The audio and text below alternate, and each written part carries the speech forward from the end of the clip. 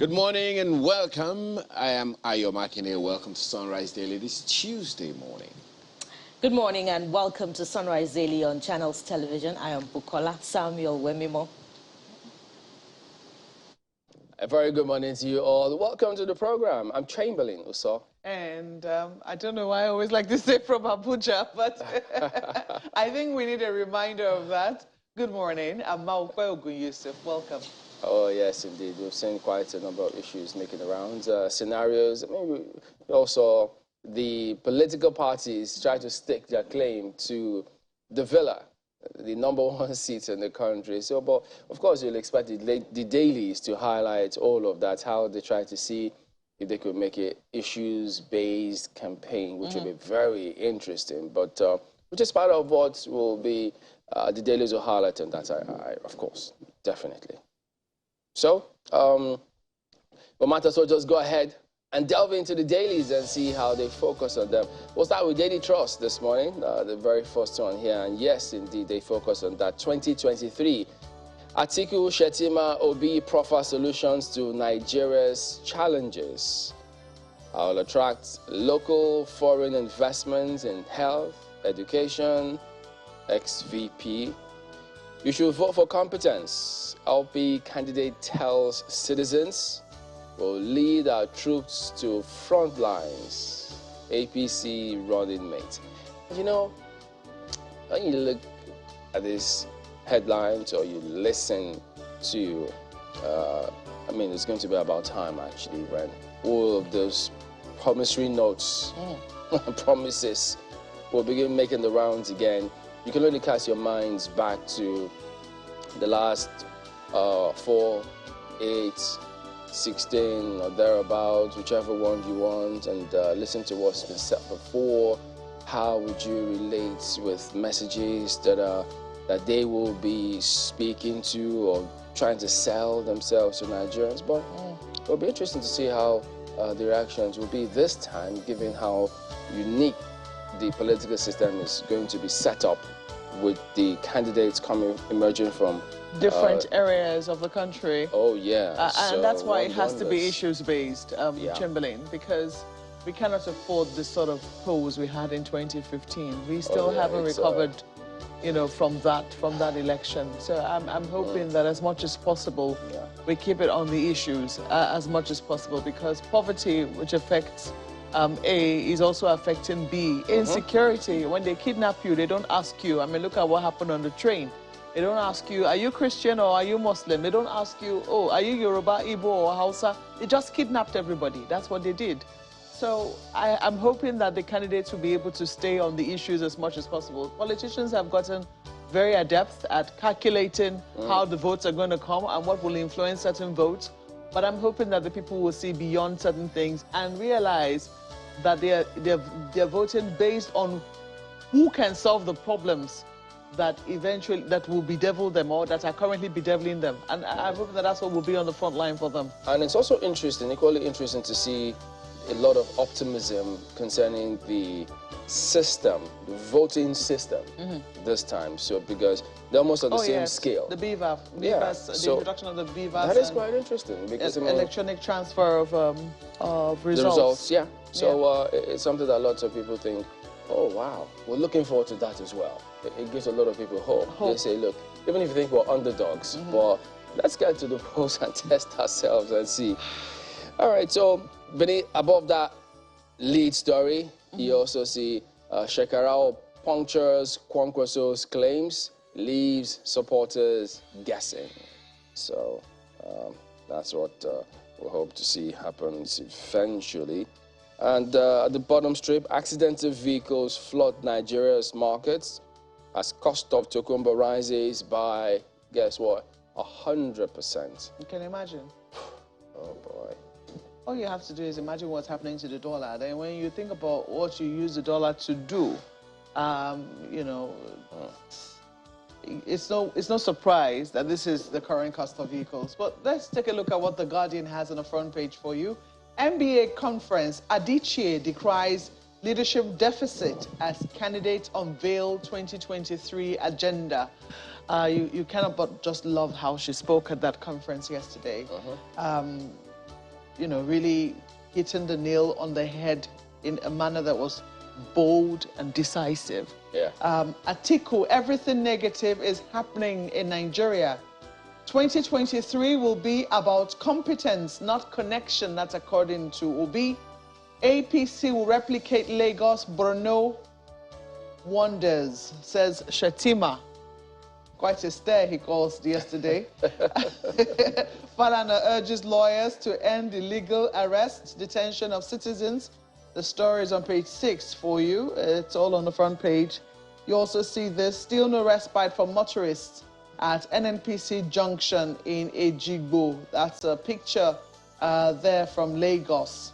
You know how they say a picture is worth 1,000 words? There's no need describing it. You just pick up a copy of The Guardian and see just what that story is about. This certainly looks very unpleasant. I mean, the experience of motorists along this road. You also have a number of other stories at the bottom there, but on top of the headline, PDP considers Southwest for IU's replacement. Oh. Okay. So is it going to happen? We don't know. Page 6 might give you insight into it. Gunmen abduct Rivers monarch. Police launch manhunt. See what I was saying about, you know, everyone being...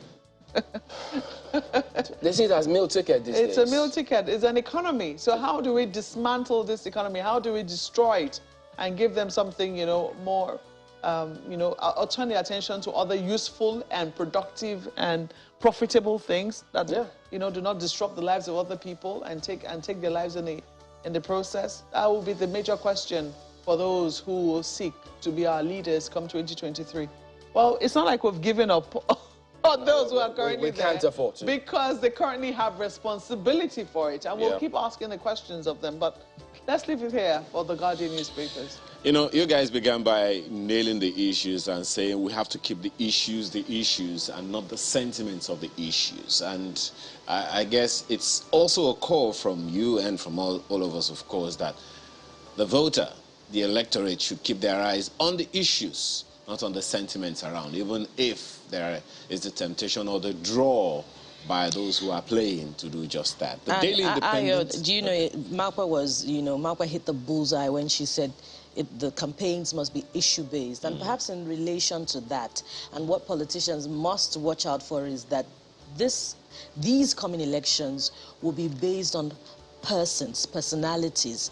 I think that's what I can speak to the heart of the matter by saying that that's what the electorate will be looking out for this time around, not necessarily the political parties. Well, we may not have gotten to, you know, the Kenyan space where the faces of politicians are on the ballot, but I think Nigerians are, you know, looking out for those personalities that would deliver the goods. And, you know, it just shows what's happening with the awakening of the youth in politics this time around. At the end of the day, it's one man, one vote, and how significantly we can get the job done. Daily Independent this morning is looking at the same issues on the front pages of the papers earlier mentioned.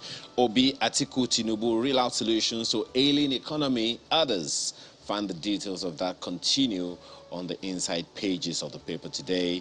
And of course, so much has been said about that already. Right under the picture on the front page, foreign airlines, $464 million blocked funds. Let me take that again. Foreign airlines, $464 million blocked funds crisis being resolved. That's ascribed to the federal government. How else can that be resolved other than to just transfer the money to the people who own the money? I don't know how else. Anyway, let me... With 200% budget deficit, I wonder how that... Let me just not get out of... Look, it's their money. I mean, it went through... It's supposed to go through our banks, not stop at some gateway. I mean, it's like water that's supposed to just flow. No, nothing blocking the pipe. Anyway, maybe I don't know what I'm talking about. The more you look at it, the less you see. I don't even want to look. I don't want to be disappointed. Right under the picture, I'm done with Kwankwaso. Well, under that other story on the bottom of the page, I'm done with Kwankwaso NNPP says Shikara. Will find that story on page 6 of the paper this morning, and several other stories. Now, this is human angle and something that should give us concern. It was mentioned on the front pages of one of the papers yesterday. Lassa fever claims 158 lives in 24 states within 6 months. And guess what? And this is the one that was on the front page yesterday. Monkeypox cases surge, spread to 26 states and the FCT. These are people, human lives in various communities, local communities. So if we want to stave off these, it's about time we give more attention to the local government system. Let's leave that. Let's leave it there for the well, Daily the people Independent. must also take responsibility for public health, you know, by being aware of their environment and paying attention to personal hygiene and cleanliness, you know, generally. Well, I agree with that, but then government has its own role cut out for it. Well, yeah, that's why they're in government. Security it's of lives apparent and that property. if we keep waiting for government, we'll wait forever. Anyway. From there, let's take a look at this Nigeria this morning. And this Nigeria takes a detour from, you know, the popular story, the MBA conference, to look at security. And this may be heartwarming for you. The lead story says, Insecurity, NAF bombs ISWAP's tactical headquarters in Sambisa Forest, killing many. You'll find that story on page 4 of this Nigeria paper. And let's take a look at a few other stories. In relation to security, the Nobel laureate is speaking, and he says, well, it says, Soyinka alleges selective fight against insecurity. You have to take a closer look at the pattern and the successes in many regions of the country to fully understand his thinking. And a few more stories before we exit this Nigeria. PDP crisis. North not fair to South, says Jibrin, BOT chair. That's the middle story beneath the picture on the front page of Insecurity. And lastly, patients groan in Ekiti as ex-youth workers embark on strike. And just a few days ago, we were talking about primary health care and how the government was making a commitment to shoring up revenue to make primary health care competitive. Well, the work is cut out for government. Well, this story. They have their job cut out and pays for it. That's this Nigeria today, guys. All right, take a look at Leadership newspaper next. Ahead of campaign season, Atiku, Obi, Shatima, others test ground at MBA conference. 2023 is about character, competence. Obi, Shatima. I'll unite Nigerians against insecurity, bad economy, others. Atiku denies plan to hand over federal varsities to states. Nigerians want issues-based campaign, Yaga. So I guess you just need to go back and take a look at some of those comments and what was said when, at least to get a proper understanding and clarity of what the positions that were canvassed yesterday were. But just above this lead story, one-liner, but it could be political or politics as well. I'm done with NMPP. Kwankwaso has humiliated me. Check her out. So there you go. Even though there was another paper which said that he was keeping them guessing. But now you've got this point blank from Leadership. You might as well go ahead and read between the lines. And then about this foreign airlines matter that had been awash all over the place. FG promises to release trapped $464 million foreign airlines funds. So, I guess puts paid to a lot of other scenarios, several meetings. They might just still go ahead with it. You never can tell. IGP Commission on collision costs over fresh police recruitment. So that's Leadership this morning. Well, New Telegraph is focusing on security for you, and they have this story NAF bombs ISWAP leader's Sambisa hideout, kills scores. That's what they have on the front page of New Telegraph this morning. As military, paramilitary, states, MDAs join forces to tackle terror attacks in schools. Pages 2, 3, and 27 have the details. No country can fund all her security needs. That's according to Sekibo.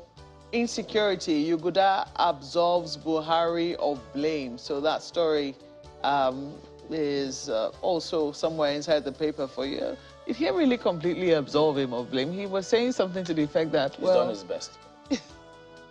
Is that a repetition of what the president already said? Well, I don't know. I don't know. Well, you also have a number of other stories here. Federal government working to release airlines trapped. $464 million is according to the minister. Brain drain, Britain launches new skilled worker visa version. Worker visa for Nigeria, others. So countries are actively seeking our best minds and brains, you know, to fill the deficit in their own countries. What are we doing? What is the emergency plan we're putting in place to retain ours? Big question, still no answers, or very little, if at all, any. MBA conference, Nigeria has indices of a failed state. That's according to Obi. I'll abolish multiple exchange rates, devolve more powers to states. That's from Atiku. Tinubu has established excellent track record for performance. That's from Shetima.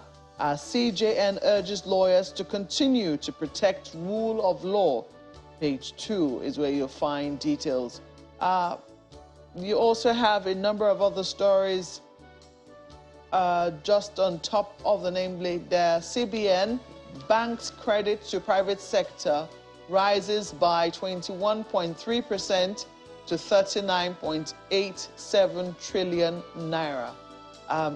Wasn't that supposed to be the primary purpose? Like banks are supposed to be lending to the private sector? But incidentally, that's not happening because you also get to see, which is why you hardly will find people who will just readily tell you or gleefully tell you, yeah, I can approach the banks, I'll get good facility, single-digit facility, which, by the way, we've been grappling with for decades in this country. Well, hold on, you say you have people who tell you that they can approach the banks now? No, it will be hard to get people who will tell you gleefully that I'll approach the bank. I think I can get this facility. I was going to ask you to please bring those people out. That would be in another country. If there's anything to celebrate, is the fact that I think in recent times banks have now been, they're trying their best. They too have been used to free money for a long time. That's relying heavily on government money, holding accounts, exactly, until government pull their funds out. So they're beginning to adapt. And what we're beginning to see now is banks now trying to appeal to the working class, the middle class, for instance, you and I who have regular jobs, and to say, look, we will give you a credit card. You are entitled to a credit card now. You know, you don't even have to pay anything. We will give you some discounts on it, etc., etc. They are pounding my phone almost every month to tell me, do I know I'm now in the special class? Thank you very much, my bank. But we too have learned to live without credit. But it is good to know that those kinds of facilities are now there for the real people who should be able to access these things. If you need to be able to buy a brand new car, for instance, you can do that from your from what you earn, and you can pay back over a period, and that's how it ought to be. So in some instances, maybe we're not quite seeing them lending as much as they ought to businesses. But at least there is some improvement in terms of their relations with, is it retail banking, they call it? You know, and that's why doing some of these things, which appears in isolation, is really challenging for this country because we don't have that credit system. We don't have the social security system or structure wherein if the banks were giving you this, you know that you could get to other places, probably in the property, real estate sector, and you know that they will be commensurate or complement whatever facility the banks are giving you. But that structure is not just there. So it's a very interesting country, I tell you. Very interesting. Let us see what else is interesting on the front page of New Telegraph. They have some advice which you might want to take a look at on page 26. I'm not going to read that out. You'll have to take a look at page 26. to say what it is about. It's not about the banks. It's not about the banks. Certainly not. You also have some political stories there. 33 million. I don't know if this is political though, but look at this one. $33 million bill. Rep summon TCN boss over Azura's poor electricity generation. It's on page 4 of the story, of the paper. You know that there's been this controversy around how a company will keep getting money, even though, you know, whether or not the TCN is able to evacuate, that you just have to keep giving them the money. So the story is on page 4 of the paper, just in case you're looking for a little more insight into, Azura has been making quite around in the dailies in recent times. Well, they'll have the story for you on page 4. Kwankwanso humiliated me, says Shekarau, quit NNPP. So that story is also there for you on page 2, what's happening in that regard. And Oshun Election Tribunal grants Oyetola APC's prayer for substituted service on Adeleke. So let's leave it there for New Telegraph. You know, guys, you know, when you started to have that conversation around the banking sector and all of that, it just sounds to me like you're already campaigning, only that your campaign is valid. You're campaigning for the people. Those are not politicians. Well, you know? if you're you know, a participant or an entrepreneur in the SME space, absolutely, getting a loan is not the way to go, because you also have to consider that the business environment is not conducive for you to do businessing. It takes a longer lifespan for your business to survive. So what do they say about a dry morsel being better than? Complete it for me, please. Well, me? No, you complete it yourself. But you know, the conversation around the banks and all of that, Chamberlain, that you were talking about, the structures that we don't have, all those. I think those are part of the issues that you spoke about earlier, Malkwe, that should form part of what this election is about. Take, for instance, Chamberlain, you would remember the conversation around the digital economy and all of those things. And we find that a significant number of the people who are in that space are young people. So, you know, just imagine those structures, you know, that we are talking about being there for the young people to access. Who is going to be talking about unemployment? I mean, who is going to be talking about joblessness? Because they'll be able to create these things themselves simply because those facilities are there, reliable, and all of that for them. Well, you have the last paper? Yes, indeed, Ayo. And the last newspaper for review this morning will be the Nigerian News Direct. The Nigerian News Direct leads with oil-related story. Says, detained Norwegian supertanker, no berthing permit, no oil lifting. That's attributed to a Total Energies official. Who speaks to the challenges in the oil sector. Yesterday, one of the talking points at the NBA conference was crude oil theft. In fact, 2 candidates spoke to that, and the figures there are very, very grim. Well, let's look above the nameplate of the Nigerian News Direct. You see there, Tinubu is best choice for Nigeria, no alternative. That's according to a party official, Umishiri. And to the extreme right of some of the stories above the nameplate, you also find Osun politics is still in the news, with an APC chairman's media aide saying, "My life is in danger." And just one more story before we exit the Nigerian News Direct. Beneath the picture spread, you'll find, "Let's remain united for peace, political stability in Lagos." That's the governor of Lagos State speaking to sociocultural group Ndigo.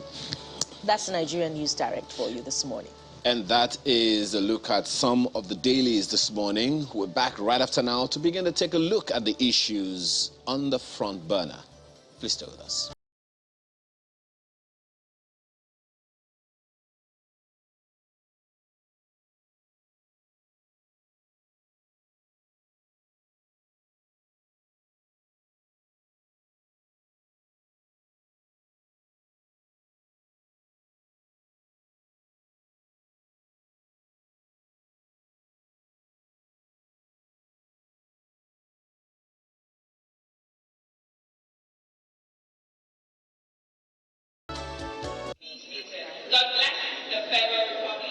It's the 62nd Annual General Conference of the Nigerian Bar Association, NBA, the leading event of the NBA and a main feature of the annual calendar of the legal profession in Nigeria. A major highlight of the conference is the presence of the vice presidential candidate of the All Progressives Congress, the presidential candidate of the People's Democratic Party, the African Democratic Congress, the Social Democratic Party, the All Progressives Grand Alliance, and that of the Labour Party, who received a rousing welcome when he was introduced. Peter Obi, CON of the Labour Party.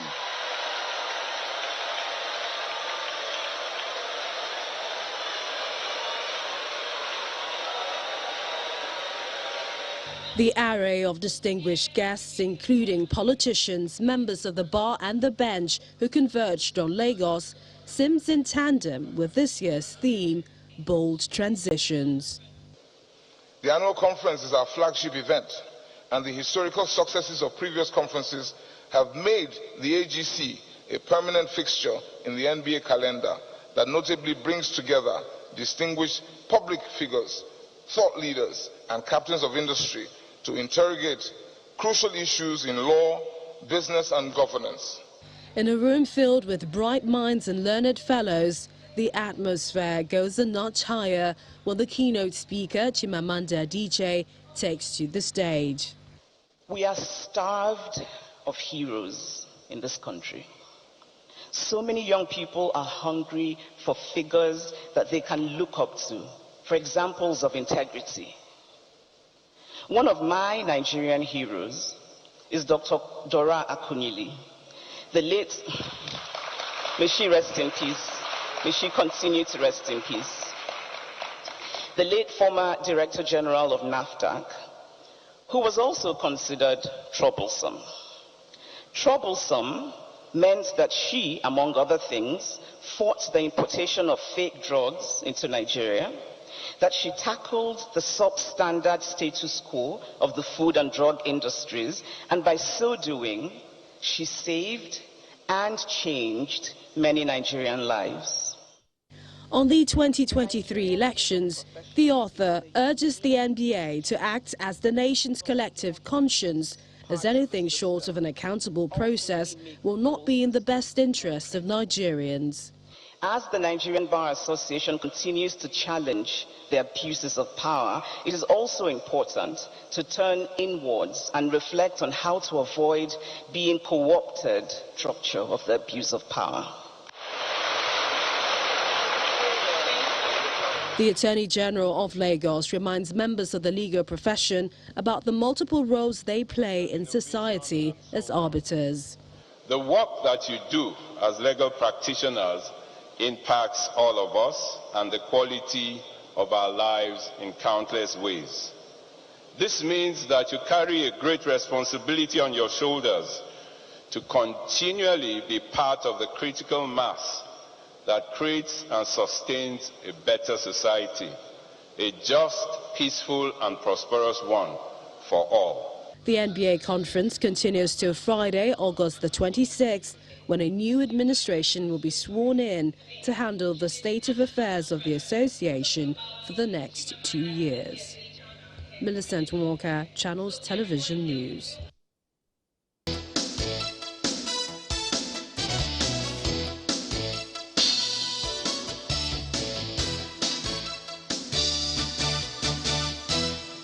And that's the basis of our first conversation happening in Abuja. Malcolm. Oh, that's Chamberlain. Well, good morning, guys. Yes, indeed, we've got You'll have to get used to it. Understandably, we've got Mr. Dati Baba Ahmed joining us this morning. He is the vice presidential candidate of the Labour Party. Good morning, and thank you for coming on today. A pleasure and duty. Thank you. Well, you know, yes, it's that time when lots of people just, the issues are there. Lots of people want to, of course, everybody wants their life to be better. No matter what it is that they're going through, they always want something better. But talking about the messages, your party, your focus, your intentions, How would you say your message, your party's message, your candidate yourself, how is that message resonating with the people? Pleasantly. It gives hope, and it is already uniting Nigeria in advance. You can see that as certain nationalities, as we call it in Nigeria, even though we're one nation, certain groups feel that there is effort, including others, to make theirs come to power. You can see that tension is actually coming down in Nigeria. So there's a lot of hope for better life, for better security, and already Nigeria is uniting. And the factor now, the single most important factor uniting Nigeria is the candidacy of Peter Obi, if you read in between the lines. Okay. But you know that several elections, several narratives, politicians... And the candidacy of others is actually doing otherwise. Even though they will say the same thing of your candidature, your party's candidature, but that's within the realm of politicians. But they will not have the kind of backup logic that we have. How do you mean? It is easy to say anything, but it is not easy to back it up. How? With true facts. No, what I'm telling you is that the most important factor uniting Nigeria and giving hope now is the candidacy and likely success of Peter Obi in 2023 elections.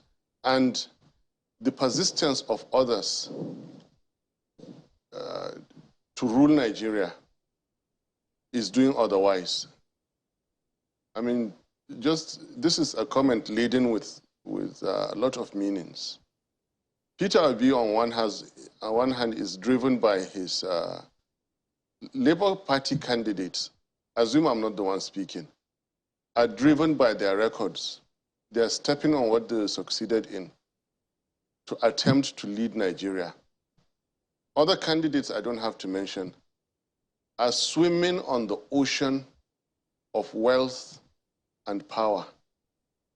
And so they want to rule Nigeria. But you know, the thing about politics in Nigeria is that globally, it's not usually that straightforward. No matter how your message may be resonating with the people, how lofty you think your ideals or ideas may be, it's always a different kettle of fish when you get to the field out there, especially this scenario where, as it is now, strategy, what's playing out, hasn't really been tested. So now that tells you the kind of democracy we are practicing after 24 years. It is very sad that what you keep hearing endlessly are the three arms of government in a democratic government, and that is more than taken for granted. There are maybe three conditions for democracy, and this is like philosophically different from what we are used to hearing. Just to attend to your point, one, democracy must not be about individuals or small groups or any group for that matter. It must be about a political entity for it to qualify as democratic. So it's about national and general bigger interest. Two, the aspirations and the desires and the will of the people, that's number two, must reflect in their elections. This is what you're saying it doesn't, which means we are yet to meet the second philosophical condition of democracy. The third one is that, as provided in the Constitution, the people must hold the power on whose behalf the elected government exercises the authority. What you have now is that governments, once elected or once they impose themselves, they hold the power and they exercise the authority. So conditions 2 and 3, that's by submission condition 2 is not there. And I'm telling you also condition 3 is questionable. And therefore, our democracy needs to be strengthened by the will of the people reflecting in the 2023 elections. If after 24 years, if 8 years of promises to the world, we suffered this kind of disappointment, then the will of every Nigerian, the cries of every Nigerian, 2023 election results, if they don't reflect the pain in the hearts of Nigerians, then this is anything but democracy. Well, you are no rookie to politics. You've been in the system for quite a while. You've been elected as senator, so has your principal. He's been elected as governor. He's worked as governor in Anambra State for 8 years. You have also done some work in the legislative arm of the country at the federal level, and you understand just how it works. I mean, if there's anywhere where democracy really comes to play, it is in the National Assembly, where oftentimes the minority will have its say and the majority will have its way. From your understanding of how the National Assembly works, which is supposed to typify how Nigeria works, and how, you know, for over the many years now, we have been talking about devolution of powers, we've been talking about restructuring, and the brick wall that, you know, we've often met at the National Assembly. Some of the changes which you're hoping to, you know, pass across or make when eventually you get to office, how do you hope that, you know, some of these changes, assuming they were constitutional, how do you hope that they will be able to sail through? In Labour Party, you don't have governors who are responsible or who actually appointed their 3 senators and the maybe 90–95% of the House of Reps members. In Labour Party, you don't have that. You don't have a President Peter Obi who dictated where the party should head, and who handpicked the leadership of the party and, by extension, so many other members of the National Assembly. The National Assembly in our dispensation is going to be truly independent. What we'll have would be mutual respect and cordial working relationship based on the tenets of true democracy. Are you also hoping, are you also hoping that Labour Party will sweep the polls when it comes to the parliamentary elections as well? Or maybe I should use, I'm trying to find the National Assembly elections, because that's what we use here. I'm optimistic, which is different from hoping.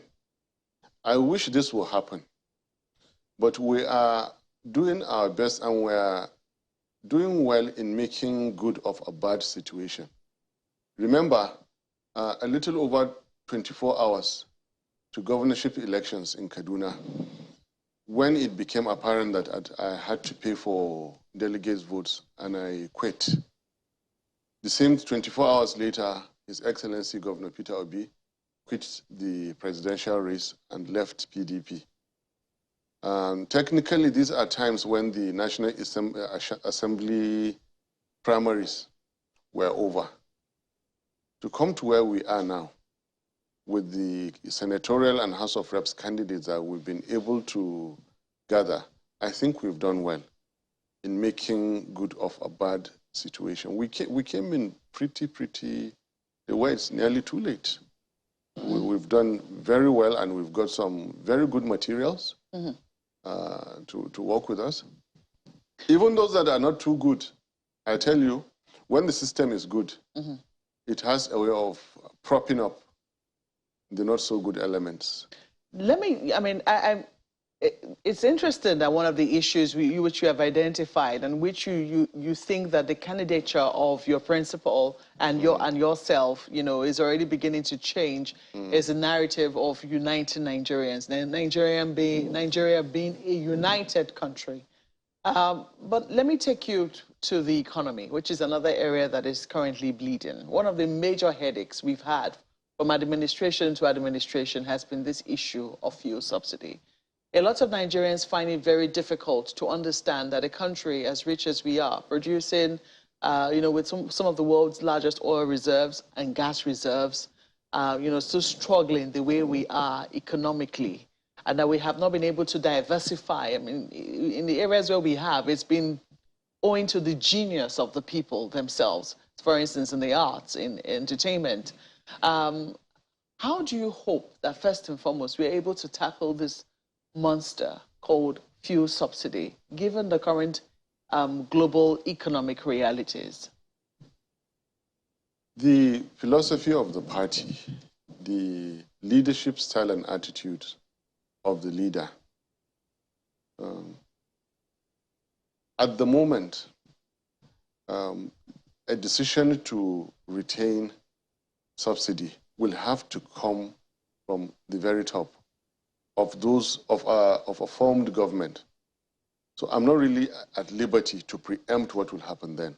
But I can tell you that as a party, we frown at two things: the whole idea behind subsidy. Two, we cry out over the circumstances surrounding subsidy. More than frowning, we're crying over the foul play around fuel subsidy. Now, if you have a leader that is clearly fighting corruption, clearly, so all the bad activities going on around subsidy immediately will be eliminated. So you would now leave subsidy for truly what it is. The rest of it is there really need to retain subsidy? What are the palliatives? What soft landings? Do you think there's a need for it?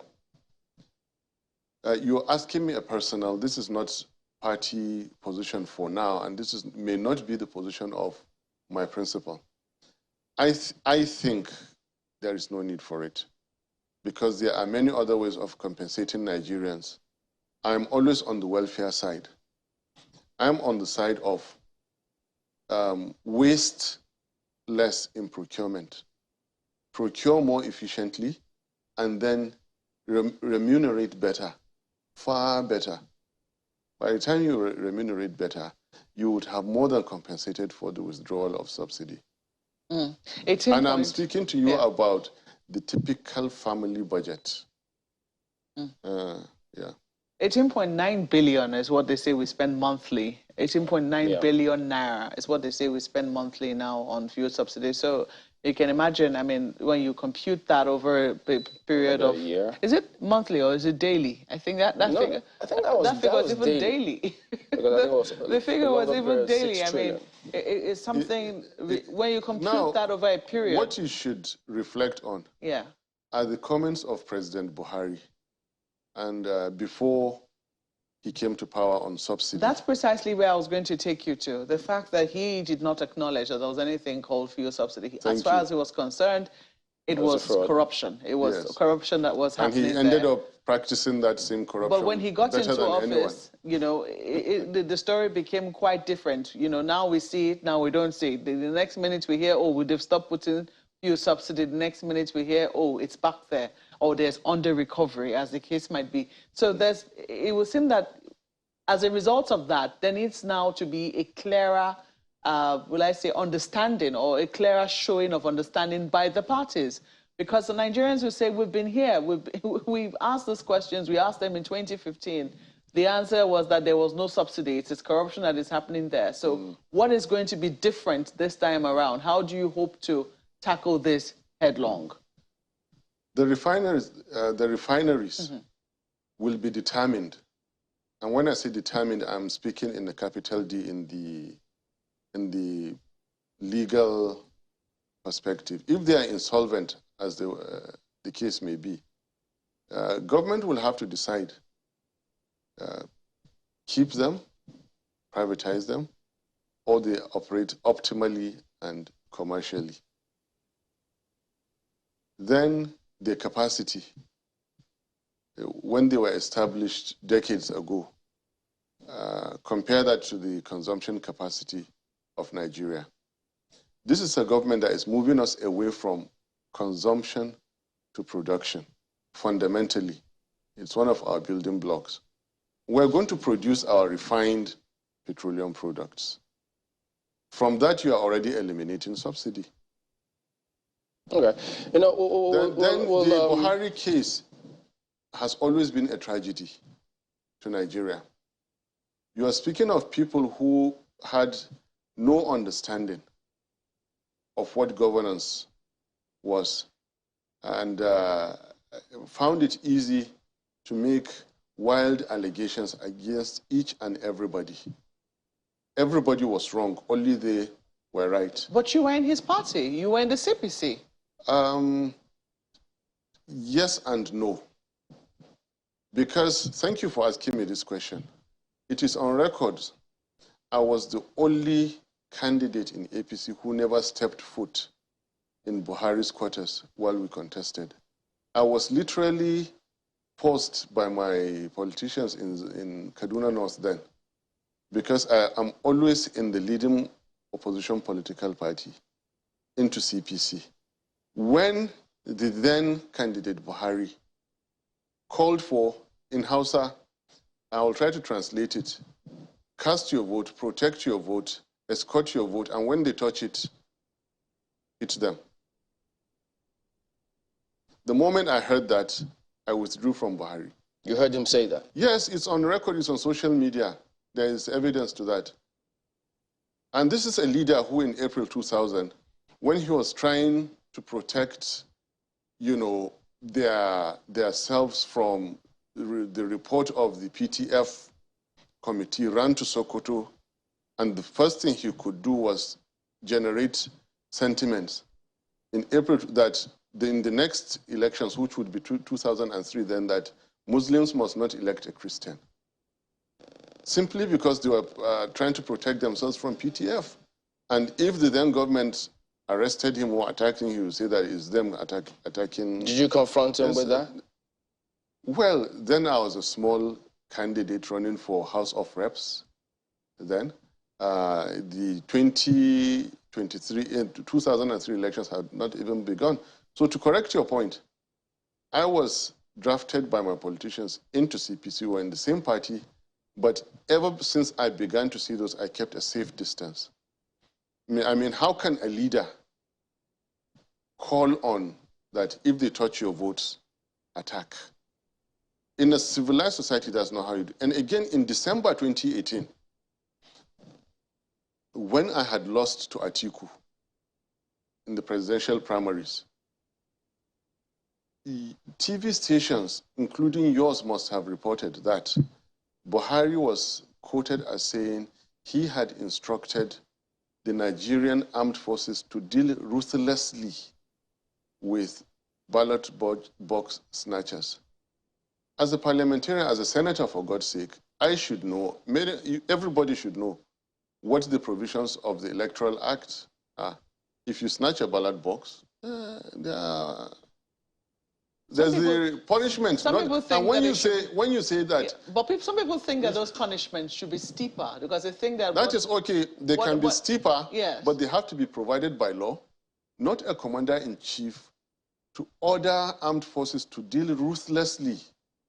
That has only one meaning. Okay, believe me. Listen, deal ruthlessly. We are not talking of civil defense or vigilante. You're talking about the Nigerian armed forces to deal ruthlessly for commonly snatching. So just to disabuse your mind. Was it not to deter people who would want to do that? To disabuse your mind. Yes. Yes, at some point in time, we found ourselves in the same political party. But then I distanced myself very, very quickly. All right, let's bring in our colleagues from Lagos. They've got some questions for you. Go ahead, guys. Well, Senator Yusuf, it spite of that comment, you know, at the electioneering period at that time, the president enjoyed a cult following in the North, and I dare say that to a large extent he still enjoys that followership in Nigeria's North, which brings me to your own candidacy in the Labour Party. Of course, your presidential candidate is enjoying some support, you know, a huge magnitude of support across the South and, you know, in the West too, from upwardly mobile, urban thinking youth. But for the North, I'm not quite sure that it is the same, which is, I want to believe, where you come in. I wonder what strategy or how your contributions to that candidature would transform your fortunes in the coming elections. How are you thinking along those lines, and how do you intend to approach it? We're simply reminding the people, remember who is responsible for your current predicament. And that is the most effective strategy. Then recall the promises that were made before they came to power. Calling on our dear people to just realize how the lives of those who came to power has changed dramatically. While their own situations worsened, is the strategy we're using. Simply recall way back in 2014, 2015, they were in their farmlands, they were in their respective communities, making ends meet and hoping for a better life, only for them to be greeted with the exact opposite, driven out of their communities, living in secondary schools in the urban areas, living off handouts, while the lifestyles of those that they thought would come to their rescue has tremendously changed for their own better. This is all we're doing. And then remind them of the sentiments that were used to put them in this situation. Are you going to make that same mistake? That cult is already gone. It does not exist anymore. If you listen to our points and you listen carefully, you instantly move away from what you call that cult followership, and you begin to reason clearly. Nigeria is sick, in need of an expert, a medical doctor that will treat Nigeria, give her the relief that she needs. This is not about who is yours or who claims to be yours, because the area that you mentioned, where the cult followership is, are the greatest victims of the sentiments used that time. It is very fast fizzling away. Very, very fast, and we're making good progress in converting people to see 2023 is about Nigeria. It's about Nigeria never having it so good in terms of leaders that have presented themselves to come and bring Nigeria out of this situation. But as Senator Yusuf, are you also connecting with the people in the North on a personal level, the same way your candidate in the South is connecting with the people? Absolutely. I can't wait for this program to finish because I'm rushing to Kaduna. I am. The youth groups, the clerics, very soon, the cultural, traditional institutions. But coming from the background of education, you know, I have the easiest means through education, my contact with the youth, trades organizations, market women, and their likes. Yes, we're making that progress. Interesting you talk about education, and it's something every candidate seems to have spoken about now, perhaps an attempt to try to speak to the conscience of young people. But we'll come to that. But there are some figures that I came across, which I'm I'm almost certain from your background or training as an economist, you would also be aware of. And that's well, Marco explained it earlier, talking about poverty. But let's be a little more specific. Earlier in the year, I think in March, the Food and Agricultural Organization said 19.4 million Nigerians will face food insecurity by August 2022. That's by this month. Perhaps by way of saying it is true, just last month, NBS recorded, released figures that spoke to that as well. Food insecurity seems to be exacerbated in itself, and there is a proverb in Africa that says if you remove food from poverty, you've significantly solved the problem of poverty. But it will seem that that problem only gets worse. So, what's your thinking, the thinking of your campaign about dealing with food insecurity? Because it's not a new one, and it most certainly isn't going to go away without some serious work. His Excellency Governor Peter Obi impressed me so much in the early stages of our relationship when he said that the fertile land in the north is the crude oil of Nigeria. Match that with the fact that we are moving from consumption to production. Match that with the fact that we want to immediately get farming communities back to their farmlands. Immediately we clear out banditry and insurgency. Food will come back to our houses. Food prices will stabilize. Even if they don't come down, they will stabilize. They will not rise in the manner you've seen them do in the last 8 years. Literally, we can say it may go past without saying. This is the time for healing Nigeria. The poverty you're talking about, there is absolute poverty, there is abject poverty, and there is relative poverty. What we're really suffering in Nigeria is relative poverty. We're not even close to absolute, not to talk of abject, and it is in that order that you see it. There are certain cultural practices that also serve as buffer, especially because of the large family structure in Nigeria. And I can tell you particularly in the north, because of the Muslim culture and injunction on feeding the poor as part of the religion.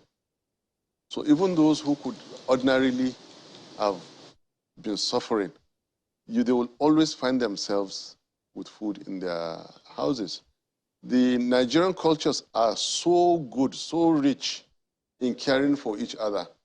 And there is Christmas. You find hampers in people's houses up till just before Easter. There is Easter, where there's a great deal of... Just a quick one on that one, Senator. If you don't mind me butting in, I think it'll be good to hear you give some specifics on how it'll be approached. Especially, I'm talking about food production and all. I'm speaking about this because since like 77, 78, Nigeria has been struggling, literally struggling, to jumpstart again its agricultural program. First with the Operation Feed the Nation by the Obasanjo government of the time, succeeded by the Green Revolution of the Shagari government, and eventually the Better Life program of the Babangida government, the Directorate for Food, Roads and Rural Infrastructure and all. And of course, the second Obasanjo government, the Democratic government, and everyone until now have been struggling with the effort to jumpstart again Nigeria's agricultural fortunes. In specific terms, if you don't mind sharing, at least giving some snippets. How will this problem be solved? Well, in addition to what we said, consumption to production, if you are needing the specifics, I can tell you better mechanization of agriculture or farming in Nigeria, better credit and easier access to credit in Nigeria, and then development of markets. development of agricultural area, expansion, all year round agriculture, that is irrigation, production, local production of chemicals and pesticides, and also we will explore and expand our production of fertilizers so that we reduce import of fertilizers. Then everything we say, we top it up with our background in education. Better education, better farm, better extension services to the farmers wherever you are. But the most important thing now is to solve the problem of insecurity and get our farmers back to their farmlands. I hope for now, these are as specific as I can be. Particularly that issue of credit that I told you. Okay. You are dealing with a banker as a president who knows how to reach out to the people and put money in their hands. All right, we'll talk about some of the issues raised when we return from this break in just a moment. Do stay with us.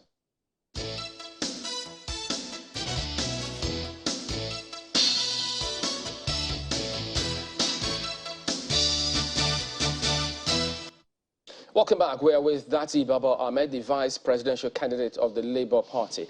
Well, you say the most important challenge which is facing us now is security, which we need to address.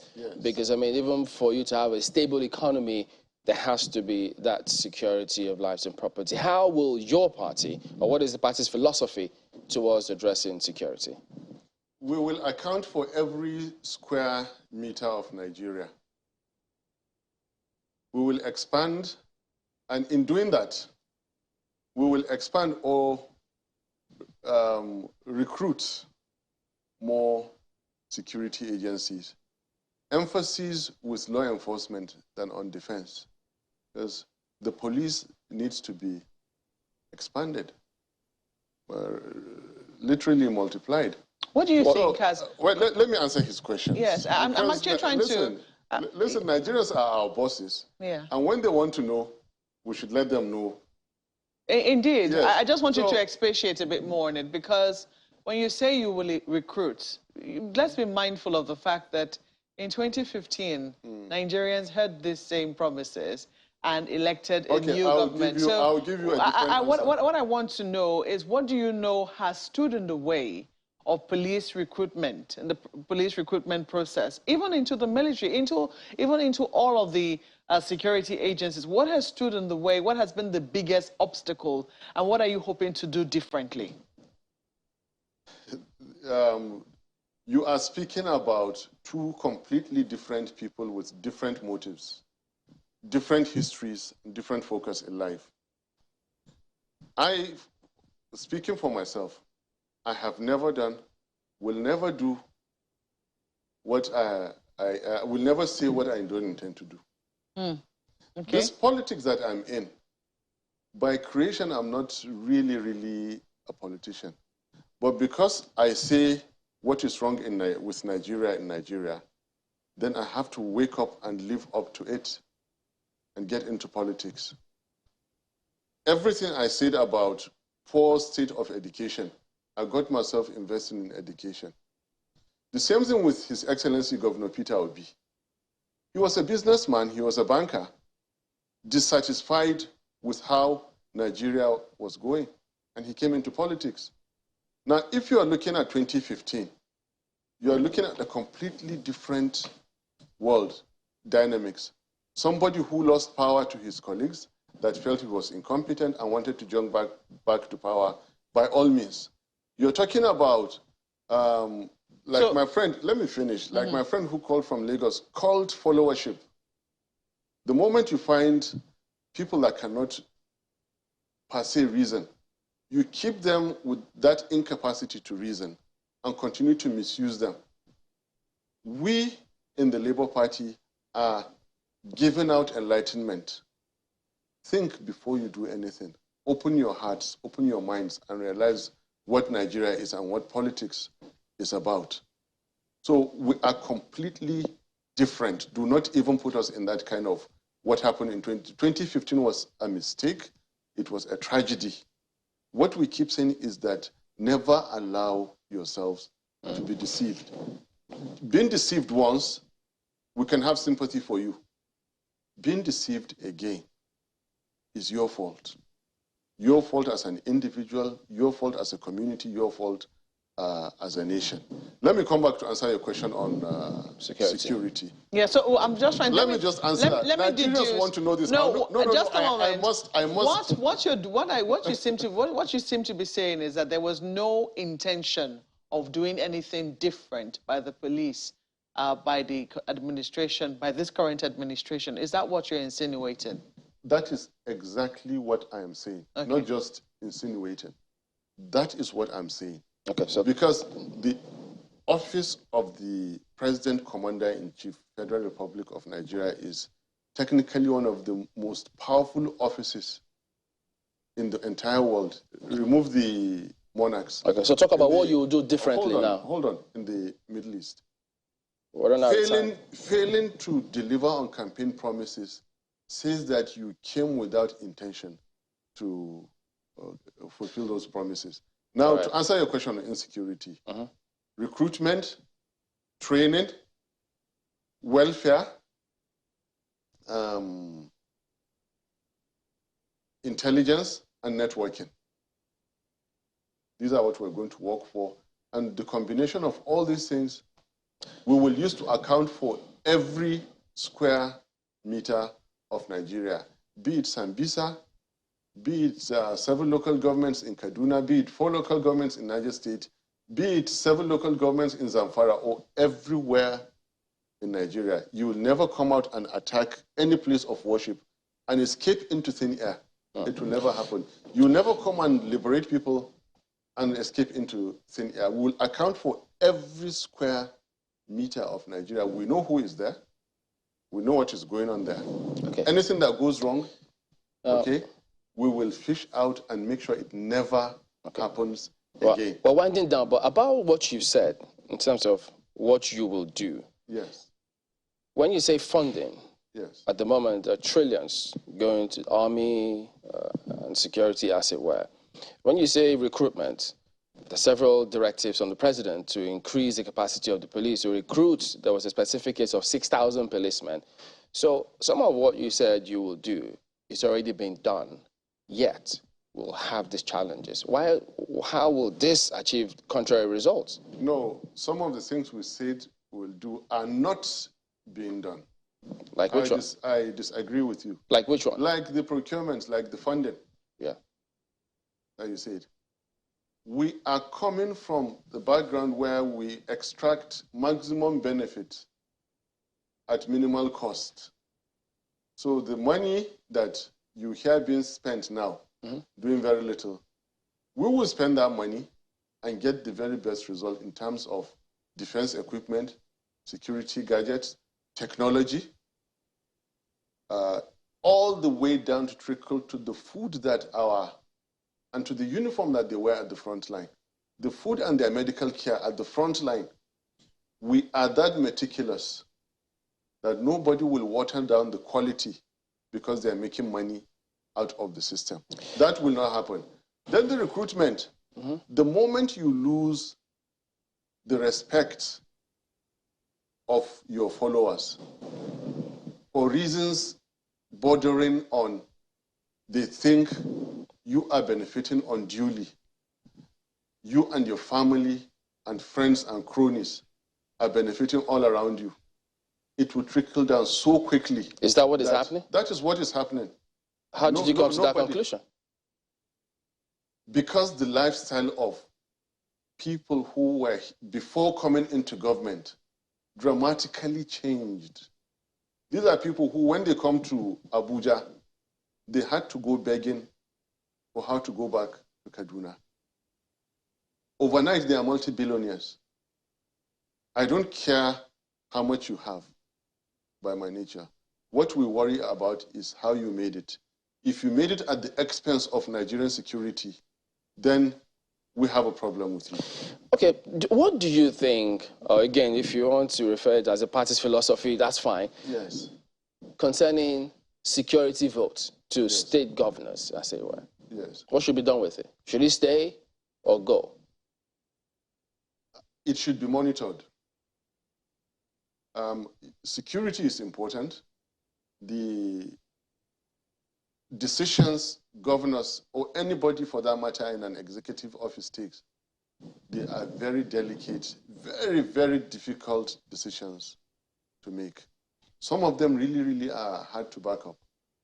But then it gives no right for anyone to pocket security funds or security votes. No rights whatsoever to anyone. And that is why you need people with scruples, people who have been comfortable, people who are not seeking to go into government to change their lives. We've been saying we're not coming into government, we're not looking for money in government. We're looking to run a government in money. Excellency Peter Obi, look at his, does not have that kind of clout, jobless, and the only way they'll make a living is from his presidency. He doesn't have it. I don't have it. Okay? He is a very successful, he was a very successful businessman. Okay, well, when did Mr. Dati? Now, a very lean structure. Okay. So there is no demand on him. I know there was many opportunities. When you bring in a leader, okay, that was, so to say, thrown out of government and has not had any trade or business or discipline that he can fall back to, with an army of hangers on, and they are coming into power. These are people who, before 2015, have, perfected the act of extracting money from politicians and misusing party contributions. Right. When they get to the presidency, what will happen? Disaster will happen. Okay, we're trying to understand that point still. But yes. Are you suggesting you make some political offices part-time? No. No. Okay. This is not a question you're asking. You're just dropping this comment now. No. We're trying to understand your point, what you are saying, that yes. some of them try to extract certain funds from government. These are people who did not have any livelihood. So exactly. If they were to get a livelihood, should they make it part-time so they can focus on something else? That's why we're asking. I am making a clear-cut difference between what you have today and between what you may have coming in to rescue Nigeria. Okay, just one more thing before we go. When you say that security votes will be monitored, it's a federal system. Is the federal government going to monitor security votes for state governors? How? No, the Nigerian constitution is very clear. The states are mentioned in the constitution as a tier of government.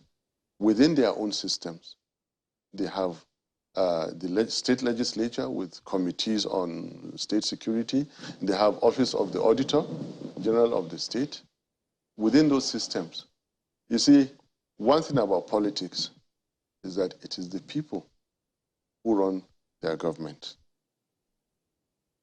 If every element, if every person succumbs cheating the system, then you're going to have the kind of situation we have now. All right. There must be good people. Democracy is meant to be operated by good people. Democracy is meant for good people, not those who, whatever you do, will exploit it. But that's why this is a time in Nigeria. That's why we have checks and balances, because they expect that people will abuse certain things. So isn't that why those systems are there? That is why you need the good elements to overpower the bad elements. All right. There'll be several times an opportunity to highlight and shed a lot more light on some of what you heard if you'd like to hear a lot more. But we have to thank you, Mr. Dati Ahmed, for coming on. He's the vice presidential candidate of the Labour Party. Thank you and all the best. My pleasure. All right, so we'll toss today, girls, who have, they'll be talking about some expectations from, well, the likes of Mr. Dati Ahmed and politicians, what Nigerians expect of them, especially as we inch closer to the general elections. Guys. Thank you, Chamberlain. Kashmir Igwekwe joins us this morning. He is editor-in-chief, Union newspaper. Thanks for joining us. Thank you. Let's begin, from back in time. You must have seen some republics, at least two, looking at what I would say is your age, and you must have read up, of course, on Nigeria's history and all of that. This is the Fourth Republic, the longest we've had so far. What would you say is different in the practice of it and in the people's disposition to this republic vis-a-vis previous republics? Thank you, Ayo. Meanwhile, I'm over 50, so I'm not a young man. I just asked the question. Well, that was his expectation. Well. That caused him to ask the question. Thank you. Well, previous republics and now, there's a big difference. At least before, Nigerians still had some form of liberty, you know. Things were good. University students used to have lunch, some food, chicken and all that. Go to the universities today, what do we have? These are all offshoots of the democracy we are practicing today. Unfortunately, we had a civil war that broke the First Republic, and then we entered the Second Republic and all that.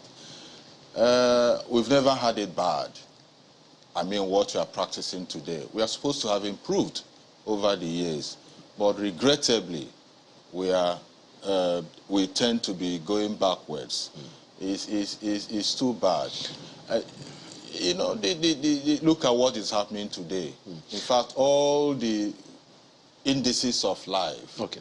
Now, the reason for asking that question is so people have an understanding of where we are coming from and what should be our expectations now going forward. Now, if we were to press the reset button to go back to those glory days and bring them even more glorious, what are the things that Nigerians should expect or demand from those seeking the jobs that they have to offer? First, security. The state of insecurity in the country today is something else. I mean, Nigeria is at a crossroads. Everywhere, no region is, in fact, nowhere is safe. Nigerians demand security because without security, nothing else will happen. Nothing else, nothing will happen. So the number one is security. And the principal role of a government is security, welfare and security of the people. Without it, we are not going anywhere. Investors will not come. People will be afraid to do certain things. In fact, right now, people are afraid to travel from one part of the country to the other. If you dare and travel, you just pray that nothing happens to you.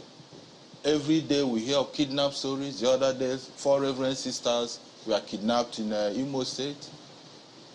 Those who were kidnapped in late March, you know, Abuja to Kaduna train, some of them are still in captivity up till now. So number one is security. Nigerians will expect that those who are angling to rule them now, from 2023, should provide that security. What do we have the armed forces for? What do we have the police for? What do we have the DSS for? If we have all this, I mean, what is the commander-in-chief doing? Is he directing them well? What are the service chiefs doing? Are they doing what they are supposed to do? Beyond security, education, health, these are the fundamental areas Nigerians want improvement. I mean, talk of education. ASU is still on strike 6 months after. They started this strike in February. Up till now, they are yet to call it off. Yeah, those who will say that some of the issues you raised are generational. They've literally built up to where we are now. And it's not like they just happened on us. We've had, for instance, ASU in this country have been on strike for like 18 straight months, even though it wasn't under a democratic system of government. You talked about insecurity was something that was happening progressively since this late 70s or so. We've been having of Metatsini and the rest of them, and things have only gotten worse. So perhaps there are institutional fundamentals that we lost over time. You're right. And we voted the person we thought would, you know, we solve this problem in 2015. I mean, when President Buhari came in 2015, he said 3 basic things. that he will solve the problem of insecurity, that he will solve corruption, tackle corruption, and then fix our bad economy. What are we seeing today? Obviously, he has derelicted his duty. So, if we have problems in the past, do we need to continue to dwell in the past? When a man on top of a palm tree pollutes the air, the flies get confused. People on top, our leaders, the leadership cadre, they've been deceiving and, they've been deceiving Nigerians. That's why the 2023 election has to be totally different. And indeed, we're at a juncture, a critical juncture in our history now. And yesterday was an opportunity to come up close with the candidates who are presenting themselves for the big job in 2023. So when you listened to them yesterday, did they meet the expectations or the yearnings of Nigerians? Honestly, three of them, unfortunately, Asuwaju Bola Tinubu didn't come. His deputy was there. Atiku, he made some attempts to clarify and then say certain things he wants to do. And then Peter Obi, wowed the crowd with his eloquence. I think he atomized. And I did hear him say that this election will not be about tribe. It is not going to be about religion. It is going to be about competence, about character, about what will you bring on the table, what will you do for the people. This is what Nigerians want to hear now. It is not, oh, he's Fulani, he's Igbo. No. How will you solve the problems we have? If we end up making it a religious or tribal thing, or at the end or during the election you collect 5,000 or 10,000 naira, we are going nowhere. At the end of the day, let's pray we'll continue to have Nigeria. But this is the period we need to elect somebody who will transform this, a transformational leader. That's what Nigeria needs now. I'm satisfied with at least what Peter Obi said. Let me be frank with you. I'm satisfied with his disposition and satisfied with his candor and the way he has been approaching issues. It's not about attacking anybody, saying, let them tell us. That is why we want this type of debate from time to time.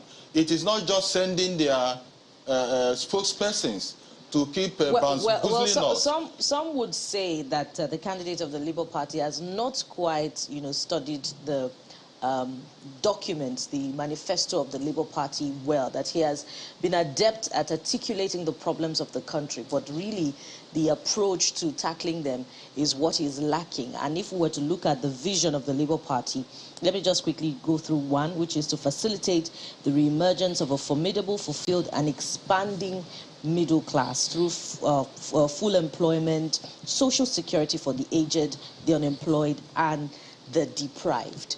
So in that regard, are we hearing the hows rather than the what's obtainable at the moment?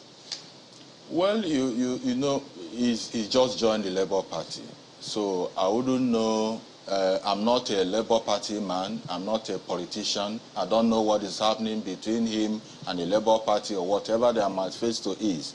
But for me, I believe for the majority of Nigerians, we are looking at the individuals. It's not about party now. Perhaps that's the individual. What can you put on the table? Perhaps that's one of the challenges that we've had over time, Mr. Igbokwe. One in which we look at the individuals as opposed to the institutions that are supposed to get things done. Earlier you spoke about the military, the police and the rest of them, and it would seem like we just seem to leave those institutions at the whim and caprice of whoever is atop the government. I've had reasons to ask, look, why should the police, for instance, wait for quote-unquote body language of someone to get their job done? So in terms of strengthening of the institutions, what should Nigerians look out for, and how should we compel compliance with the laws that set up these institutions? It is individuals that will strengthen these institutions. Institutions are just human beings, you know. occupying them. But those individuals are within those institutions, in the police, in the army, in the DSS, in the FRSC. Individuals are there. I said before that when a man on top of a pantry pollutes the air, the flies get confused. The man on top, I remember hearing Peter saying, when he was asked about corruption, he said, if I am not stealing, if my family members are not stealing, if those around me, my close aides are not stealing, I mean, over 70% of the corruption we have in this country will be solved. How is that different from what we heard from the current president? Because he said the same thing. He, as you said earlier, he came on the platform of, I'm going to fight corruption. And people believed him. Yes. Go back to when he was in government in between 1983 and 1985. He fought corruption. He fought corrupt leaders. And what we have now is different. So how is that different from what we have? Nobody's not doing it. A president is supposed to know so what's the assurance you happening. have? Exactly. So that's the point that I'm making. A politician is going to make statements. It's the House that's all about it, which is why I asked how the institutions can be strengthened to get their jobs done, not bothering on who is talking about what. That is where restructuring comes in. Atiku Abubakar Alhaji said so. Devolution of powers. We don't need to concentrate everything on top, at the center. No. Devolve powers to the states, devolve powers to the local government. Let whatever the center controls be minimal. Let it be about defense, of this country. If you do that, cast your mind back at the regional, when we had regional government. Nigerians fared better than what we have now. Maybe we should go back to regionalism. All the regions, the states. It's interesting that you talk about restructuring, and yesterday there was a report that said that an approach to tackling a challenge in some of the regions is dividing governors, which is the anti-grazing law. Do you see any of those positioning themselves as having that political will to go all the way with the issue of restructuring, especially with the lack of consensus among governors, at this time on critical issues that should unite the regions? Well, we have to believe them because, I mean, what do you want Nigerians to do? We have to believe them.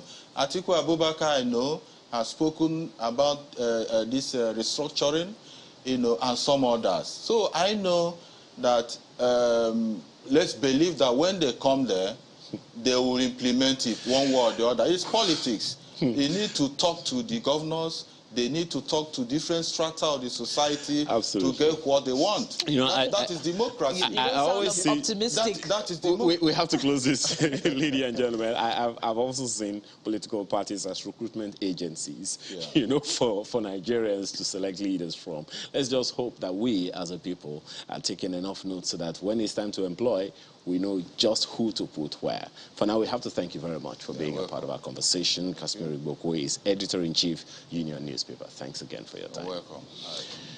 Well, talking about security, we'll take a short break, and when we return, we'll talk about that in a bit. Stay with us.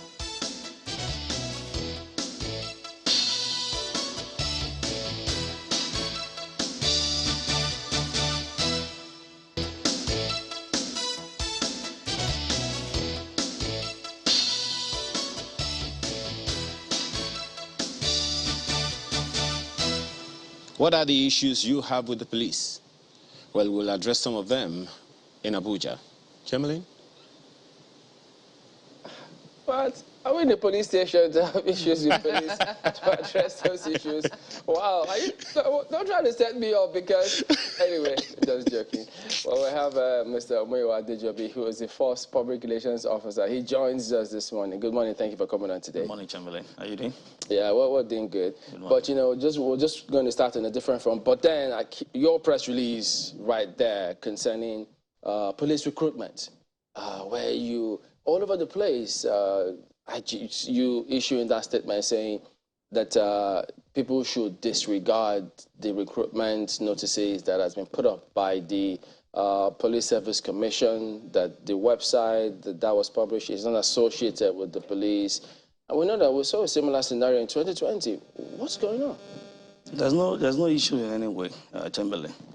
We saw that advert in one of the Nigerian dailies, and everybody was shocked. Even some principal officers of Service Commission were shocked to have seen that. In as much as we are not instituting any investigation to that, but we felt Nigerians should know that we are not ready for 2022 recruitment exercise for now. It's a process. We just recruited 2021, and they resumed training just two weeks ago, and we are talking of 10,000 people. Where do we have the capacity to train them? So our training schools are occupied for now. So we are not ready for that. And the High Command just felt there's need for us to inform Nigerians that no, there's no need for Nigerians to be running from pillar to post to go and look for, to be checking this portal, since it's not going to have any effect at the end of the day anyway. So there's no problem with it. I've read a lot of various headlines, seen all those captions here and there. There's no problem with the police and the Service Commission. But we just needed to do that yesterday because we've been having pressures from Nigerians who are potential intakes. We've been calling here and there. Is it true? Is it this? So there was need yesterday to make that statement. So, and you see that the advert was like signed by the management. It was who is the management? So we made some calls and we couldn't get any clarification. So we had to do that yesterday, and that's, I'm very sure now So they called the Police Service Commission? We made some calls to clarify what is wrong, what is this and that, because even if the commission wanted to carry out recruitment exercise, at least they would need to consult the IG, we need to have a committee. That's the practice anyway, and we've been having that. In the last 2 years, we've not had any issue. 2020 recruitment was seamless. What was different then and now, when it was seamless? And then this No, we've not been having issues of who used to do it, who used to do it. No. But is the PSC that's supposed to recruit? Isn't anybody can recruit. So far, the two bodies, Police Service Commission is our employer. They employ everybody. Yeah. Myself. It's only the IG that is not employed by the Service Commission. Is that what is Police Council that employ the IG? All of us, PIGs, AIGs, then we're employed by the Service Commission. Because by law, they tell us that there was actually a Court of Appeal decision in PSC versus IGP, and that the rule that it is the PSC that has the power to recruit. So unless in the first instance, there was no need for any court issue. It's a family thing now. Even if there's a judgment and you say, okay, forget judgment, let's talk one-on-one and let us move on. And we'll be moving on. So why did this go out there? Because you would have thought that they could have sorted it out within the police. Why see this notice on PSC's website, the police then respond? It looks untidy. Well, it's not that it looks untidy. It's for Nigerians, we just, it doesn't look untidy. You just need to inform Nigerians that don't bother to open any portal now, because we are still meeting on certain things. We need to meet at some, we need to make certain decisions. Okay. So don't waste your time in visiting this portal, because even the portal is not functional for now. So there's no need for Nigerians just put them on their toes, running from pillar to post to go and look for portal to print anything, because it's not going to have any effect on it. So it's a thing we are going to settle. Don't worry, it's not an issue. Every time we have administrative conflicts, we call it administrative conflicts. Oh, as we have interpersonal conflicts. Within you have interpersonal conflict, the way I have in conflict management. So these are things we need to always understand. That's how I check. I'm a piece of myself. It's interpersonal. Your intestine, your lungs, your tongue, your teeth, everything might have interpersonal conflict. So it's a normal thing. But it's no issue at all. When we are ready, we go to meet. It's a system. The Service Commission will have a representative, the Nigerian Police Force, Federal Character Commission. So it's not one thing that is only one person. We have about four parties involved in our recruitment exercise. So all of us will meet. Then we fatten away forward. Then we make another statement for Nigerians to know when to visit our portals and do the next one. Now, speaking about security or lack of it in the country, there are lots of people who keep wondering, with this fight against insurgency and terrorism, we know the police has a huge role and responsibility in the scheme of things, but a lot of times that seems non-existent. What is the missing link? How come we don't readily see policemen at the, if not at the forefront, of ensuring that this, whether it's kidnapping or terrorism, is addressed headlong? Well, I don't understand what you mean by I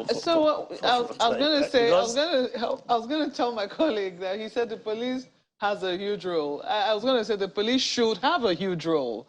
But what we have seen is that the police doesn't seem to have any role.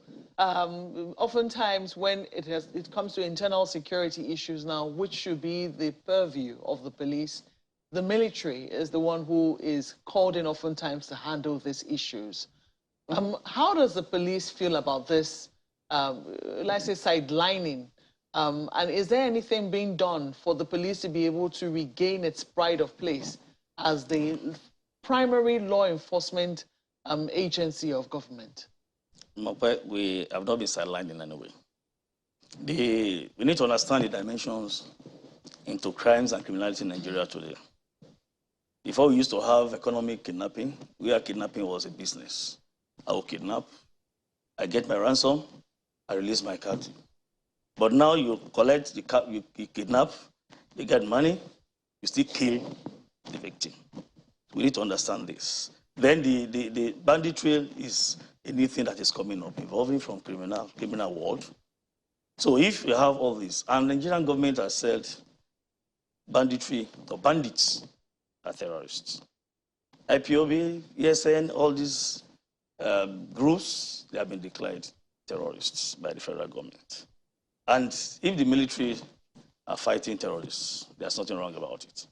But outside that, despite the fact that it's majorly military issue, that we want to face terrorists, fighting terrorism is basically we need heavy artillery, which of course we may not have this heavy artillery to tackle these bad guys. Because when you see what they carry at times, you know that yes, there's need for the military to come to play. Aside that, as I speak with you, we have more than 5,000 mobile men attached to the military to fight the battle. So why you don't see is that most times they don't put on police uniform when they are with them. Special forces men, they are with the military. Every conflict theater, you have our men. Any operation of Nigeria military that they have now ongoing, we have our men, and they always work together. So aside from that, if we are having 5,000, more than 5,000 policemen with them, you should know that they are not fighting the battle alone. And at this time, I don't want Nigerians to see as if it is the job of No, we're just trying to get understanding. It's the job of this. I mean, I would never have known if we didn't ask that question that we have 5,000 92 units of PMF, 92 units of PMF men. But, you know, it's be that as it may, internal security crisis is not just confined to the Northeast and now many parts of the Northwest. At the last time we checked, I think in terms of internal security operations, the military is in about 30 different states, carrying out different internal security operations. Are you saying that for all of these operations that the military is carrying out, the police is with them? We're all with them. And that's why I'm saying... Do you think that the police should have been at the forefront, then the military is the one supporting them from behind? Understanding the fight we are fighting is terrorism. So don't expect police to take a lead when it comes to terrorism. By definition. Yes. By definition. By pronouncement of the federal government. Banditry, terrorism. IPOB, terrorism. ESN, terrorism. So you don't expect police to take a lead. Kidnapping. Kidnappers have not been, they have not been declared as terrorists. Exactly. But these people, as I speak with you, if I'm not making a mistake, so far so good, police. Within 1 year, April when the IGP resumed office, till this moment, we have arrested more than 3,250 kidnappers. We fight them. Armed robbers, more than 4,000 armed robbery suspects have been arrested by the police. If I'm not making a mistake, we have 58,115 ammunition recovered from them, and more than 20, like 17,000 arms recovered from these bad boys. We fight the common crimes we have in our society, stealing, fighting. Don't forget, domestic violence is part of the problem we are facing. People just always think we have so many crimes that Nigerian police will always contain. Kidnapping, we fight kidnapping, armed robbery, car theft, fighting, cultism. We have arrested more than 11,000 cultists so far. And we have, as I speak, we do have 78 cases in court now. 78,000 cases in court. And 78,000 cases in court, more than 78,000 cases in court, and we have like 57 of them active cases that are still under prosecution. We have had conviction of about 22,000 cases, conviction. We have conviction of about 22,000 cases. So if you have 78,000, yes. Yeah. And altogether in Nigeria, we have 52,700 plus suspects arrested within 1 year. The police certainly has its hands full. I mean, when you look at that, I mean, the police has a lot of work. Everything now is getting out of hand. Before now, if you're having conflict with you, Muiwa, you've taken my money. At least we can have arguments and blah. But now, the next thing is to stop and kill. At any slighted provocation in Nigeria now is to kill. So it's giving us more, additional job to do when the talks come to the issue of criminal crimes and criminality in Nigeria. With the Nigerian people, not to even talk of the work that you have to do managing the people inside the house. I mean, managing the people within the force itself. In recent times, Nigerians have had cause to protest about what the police, their relationship with the police in terms of how the police has been carrying out its own conduct. The police, on the other hand, has been trying to respond. As a result of this, we've seen for the complaints that have been lodged, we've seen, the police trying to deal decisively with erring officers who are not following the instructions of the IGP. But some people will say that there needs to be a more systematic way of the police self-check-in to be sure that those kinds of officers are found out even by the police itself before the public points them out. As a result of the recent reports that you have received from the different parts of the country about the misdemeanor of some police officers, has there been any further checks within the police force to say, look, we need to double check the people that are currently working with the force to be sure that everybody is following the straight and narrow? In sociology, that's what you call anomaly theory. You must have deviance in any system. You must have. It's a normal thing so far you have in society. So in the police, we have those who are deviant. There's no policeman who doesn't know that you must not dress improperly. You must not smoke while on duty. You must not slap in Nigeria. You must not use cutlass to flog. There's no Nigerian police personnel today that will tell me I'm not aware. Because in the training school, it's part of our manual, they must have taught you all these things.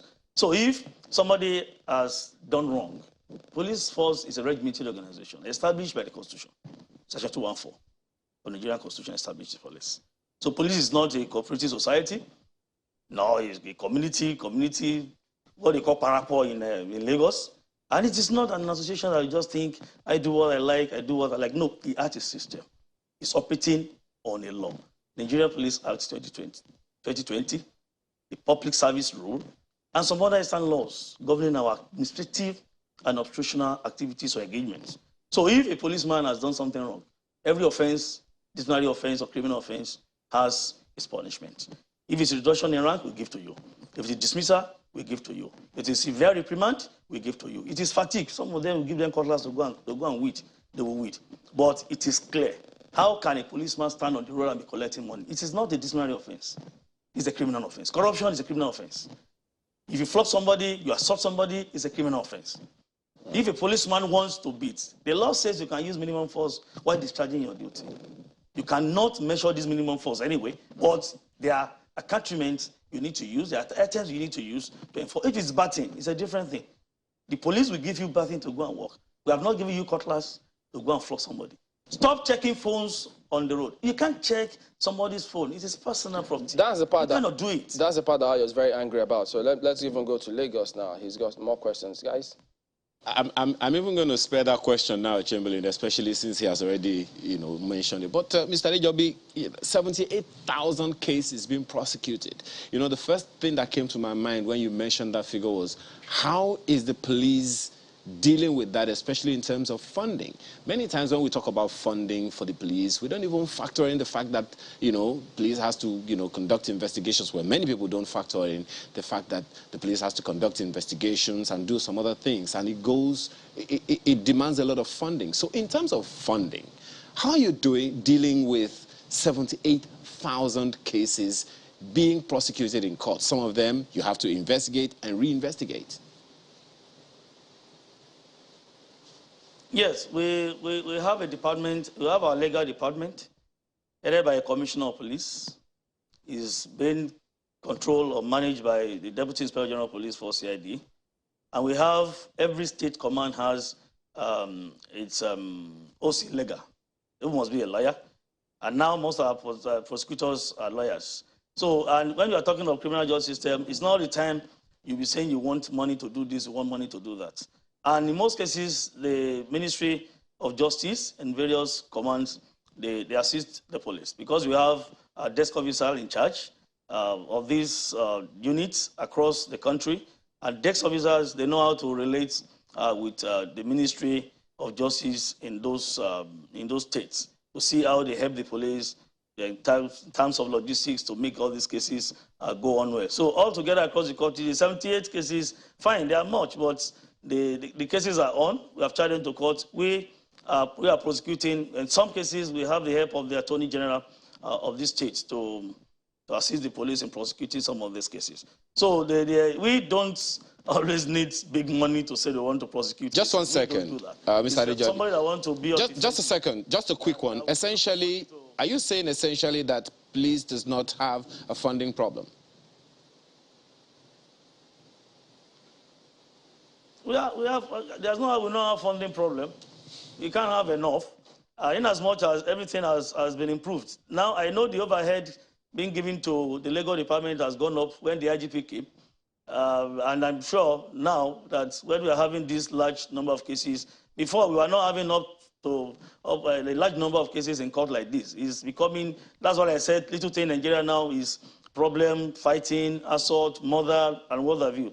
And that's why the IGP has taken note of that, and he has assisted legal departments in sending some funds to them to run this. And at various commands, the OC legals are being supported by their commissioners of police to see what they can do. But what I'm saying, in essence, is we don't need large money to prosecute cases. It's a system that when you have a case without one cover, just carry your charge to court and the magistrate will listen to you or the judge, as the case may be. Well, Mr. Adejobi, I hope that's accurate because I have had to do some investigative reports, and you know, those bringing cases to the police for investigation are charged with the responsibility of providing the funding for their own investigation, because according to the Public Relations Department of the Police Command, there is no money for investigation. I'd like to quickly follow up on the question my colleague asked earlier on about tackling internal insurrection. I recall Marquez specifically said, isn't the police supposed to lead while all other agencies follow? And you said, according to the terrorism definition by the federal government, the police is supposed to provide support. But I'd like to read very quickly to you from the recently released National Crisis Management Doctrine, which says, in the event of a national crisis incident that cannot be contained by the local police, the police chain of command will inform the NSA via the IGP. And on behalf of the president, the NSA will activate the Joint Operations Room. And it goes on and on. But the point is that it says in the event that the national crisis cannot be contained by the police. So this suggests that the police is supposed to take the lead. Mr. Adejobi, how do you respond to this? Well, this document you're even referring to, I've not laid my hand on this document. Officially, the document has not been sent or communicated to me as the first PRO. I'm not familiar with the content of this document. But whatever it is, every operation in Nigeria is being controlled by the office of the NSA. That is the #1 office in charge of security in the country. And whatever the situation is, the CDS, the synergy we have now is excellent. The CDS, the IG, and other service chiefs, they always meet, they know how to do it. Like I said, there is no need for us to be pointing, to be giving assignment that this should be the lead, should not be the lead. Most cases now you see that we have joint operations. When you see the army, you see the military, you see the police, you see NCDC, even you see the local vigilante groups are helping us. So at this point in time with what we're having now, there's no need for us to say, it is my job, it is your job, it is his job. It is a collective responsibility, and that's why we are even involving members of the public, the media, the teachers, religious leaders, traditional rulers, Everybody must come now to come and play his or her own role in this method, what I call as a person, I call it multi-track diplomacy in having effective security in Nigeria. So if you are talking of these tracks, in this multi-track diplomacy, you will see that every segment of society is involved. So there's no need for us to say it's the job of the military, it's the job of the police. If all of us, we feel the heat, some military men are being killed, policemen are being killed.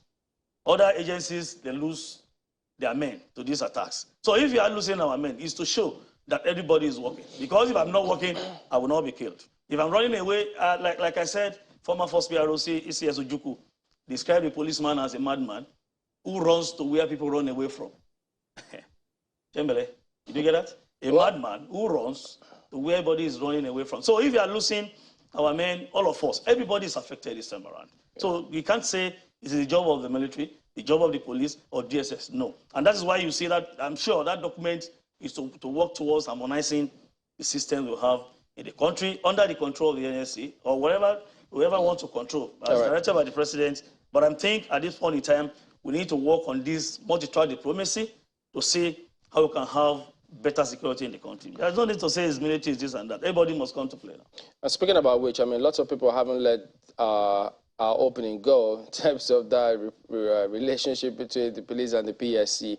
Well, when you spoke about the PSC recruits every policeman except the IGP, many thought maybe you meant to say that, well, the president appoints the IGP, but the PSC recruits him as a police officer, so that's understandable.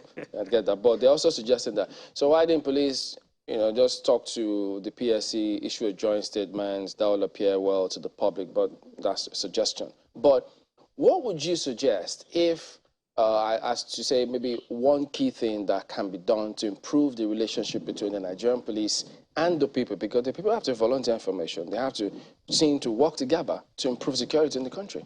We've been trying. This time around, you can see we have feedbacks from the public, the impression they have about the police now, that people are giving kudos to the Inspector General of Police for making police transparent, accountable, responsive, and good human relations this time around. For Baba, Usman Lakali, Baba, the IGP, I can say it. My feedback has been so good that people are willing now to work with the police. They are ready to work with the police. More so that they've seen that we are taking discipline very serious and we don't take nonsense in the police this time around. So they are very, very comfortable working with us. And in recent times, people give information and nothing has happened to them. Before now, it's, if I give information to the police, they will come back to me. They will go after me. Yeah, my life is in danger if I do this. People feel more comfortable because I don't even need to know you before you give information.